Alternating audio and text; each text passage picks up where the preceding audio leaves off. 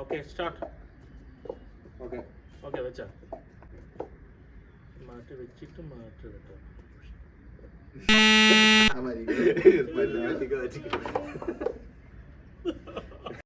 ഈശ്വര, ഇവിടെ ആരില്ലല്ലോ ഇതൊന്ന് പറഞ്ഞു ചിരിക്കാനേ. Next patient. Okay you can puttu.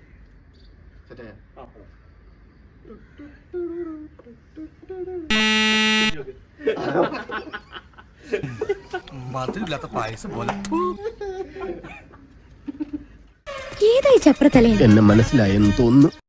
വെച്ചോ.